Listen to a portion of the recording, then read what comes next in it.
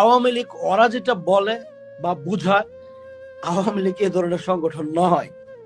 আমি জানি আওয়ামী লীগের কোনো নেতা লাগে না। যতবার আওয়ামী লীগ বিপদে পড়েছে, একমাত্র আমাদের শ্রদ্ধেয় নেত্রী শেখ হাসিনা এবং তৃণমূলের সাধারণ কর্মীরা, যারা কোনোদিন এই দল থেকে সুবিধা পায় নাই, যারা মিছিলে যে তার নিজের সারা জুতাটা পর্যন্ত হারিয়ে ফেলেছে, যারা এক একটা প্রোগ্রামের সফল করার জন্য এদেশের মানুষের পক্ষে গণমত জনমত তৈরি করার জন্য যারা দিন রাত খেয়ে না খেয়ে পরিশ্রম করেছে, ওই মানুষ নিরাশ হয়ে যাবে এটা আমি বিশ্বাস করি না। আপনি জানেন আমাদের সেই সমস্ত নেতাকর্মীরা আজকে লড়াই করছে, যারা গতকাল কোথায় থেকেছে আজকে কোথায় থাকবে এই ঠিকানা জানে না।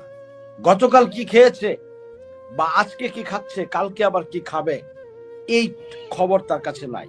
প্রত্যেক দিন সে মানি ব্যাগ চেক করে ন্যূনতম চলার টাকাটা তার কাছে আছে কিনা। টাকা থাকে না, তবুও থেমে থাকে না এই তৃণমূল।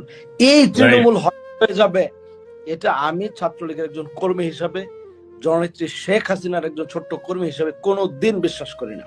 বরং আমি এটা মনে করছি যে আমাদের এই দল যে ঘুরে দাঁড়িয়ে গেছে, এখন যে গ্রামে গঞ্জে পাড়া মহল্লায় অলিতে গলিতে মানুষ যে বলা বলি করছে আগেই ভালো ছিলাম, এখন যে দেশের গণমানুষ এটা মনে করছে যে রাষ্ট্রনায়ক শেখ হাসিনা সবচেয়ে ভালো রাষ্ট্র চালিয়েছে, এই যে ক্রেডিট, এই যে গণমানুষের কাছে আওয়ামী লীগ একটু বিচ্ছিন্ন হয়ে গেছে, ওই জায়গায় আবার অতীতের চেয়ে দ্বিগুণ জনপ্রিয় হিসেবে যে আওয়ামী লীগকে ঘুরে দাঁড় করিয়েছে, আমি মনে করি এই টোটাল ক্রেডিট তৃণমূলের।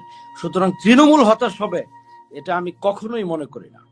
এইটা অনেক বেশি সত্য যে যখন আমাদের অনেক বড় বড় নেতারা এই 5 তারিখের পরে আওয়ামী লীগের পক্ষে একটা শব্দ উচ্চারণ করার সাহস পায় নাই, যখন আমাদের অনেক শ্রদ্ধেয় নেতৃবৃন্দরা ওনাদের নিজের জীবন বাঁচাবার জন্য আত্মগোপনে চলে গিয়েছে, তখন আমি রাজপথের একজন কর্মী হিসেবে দেখেছি কিভাবে সকল নেতাদের সিদ্ধান্তকে অথবা নির্দেশনা না নিয়েই তৃণমূলের আওয়ামী লীগের কর্মীরা কিভাবে ঝাঁপিয়ে পড়েছে এই দলকে বাঁচাবার জন্য, বাংলাদেশের পক্ষে কথা বলার জন্য। তো আমি মনে করি এত সাহসী যে তৃণমূল, ওই তৃণমূল এরকম একটা রায়, ক্যাঙ্গারো কোর্টের একটা রায়ের পরে হতাশ হয়ে যাবে, এই জায়গায় আমি আপনার সাথে একমত নই। বরং আমি এটা মনে করি যে তৃণমূলও হয়তো আমার মতো ভাবছে। আপনি নিজেই খেয়াল করে